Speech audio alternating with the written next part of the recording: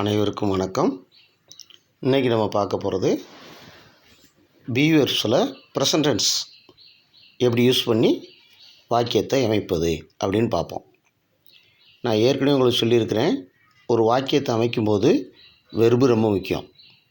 அப்போ அந்த வெர்பை ஆன் அப்படின்னு வச்சுக்கலாம்.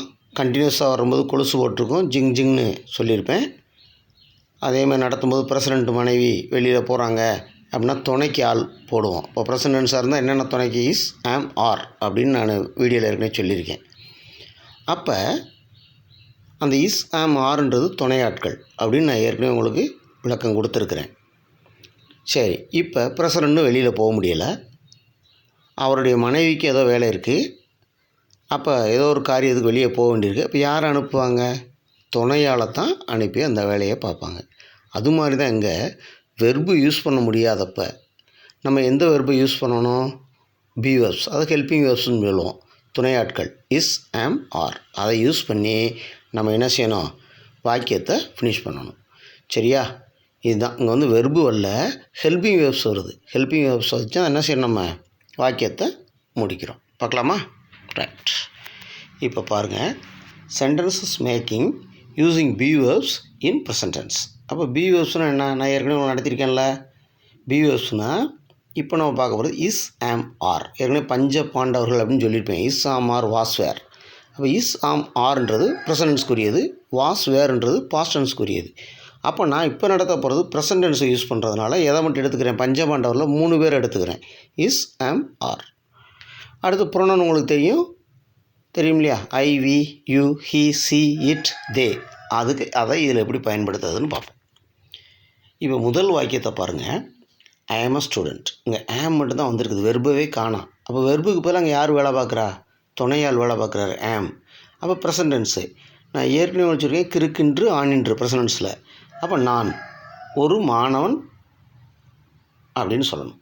இருக்கிறேன் வரலையான்னு நீங்கள் எப்படி உண்மையான மீனிங் என்ன இதுக்கு? நான் ஒரு மாணவனாக இருக்கிறேன் அப்படி தான் சொல்லணும். ஆனால் பேச்சு வழக்கில் நான் ஒரு மாணவன் அப்படி தான் சொல்லுவோம். ரைட்டா? அடுத்தது பாருங்கள்.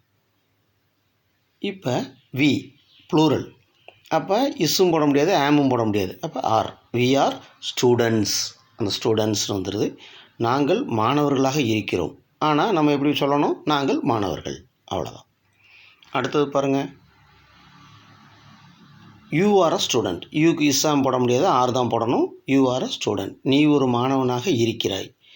பேச்சு வழக்கில் நீ ஒரு மாணவன். அடுத்தது பாருங்கள். யூ ஆர் ஸ்டூடெண்ட்ஸ், அதே ஆர் தான் போடுறோம், அங்கே ஸ்டூடெண்ட்ஸ்னு வருது. அப்போ இங்கே ப்ளூரல், நிறையா பேர் இருக்கிறாங்கன்னு வச்சுக்கிடுவோம். நீங்கள் மாணவர்களாக இருக்கிறீர்கள். அப்போ பேச்சு வழக்கில் நீங்கள் மாணவர்கள். அடுத்தது ஹீ வருது. ஹீ, சீட்டு எப்பயுமே மும்மூர்த்திகள், இஸ் சவுண்டு வரணும், அதனால் எஸ் சவுண்டு வரணும். அதனால் ஹீ சீட்டுக்கு இஸ் போட்டு எழுதணும் தான். He is a student. அவன் ஒரு மாணவனாக இருக்கிறான், அவன் ஒரு மாணவன். அதே மாதிரி சி இஸ் அ ஸ்டூடெண்ட். அவள் ஒரு மாணவியாக இருக்கிறாள், அவள் ஒரு மாணவி.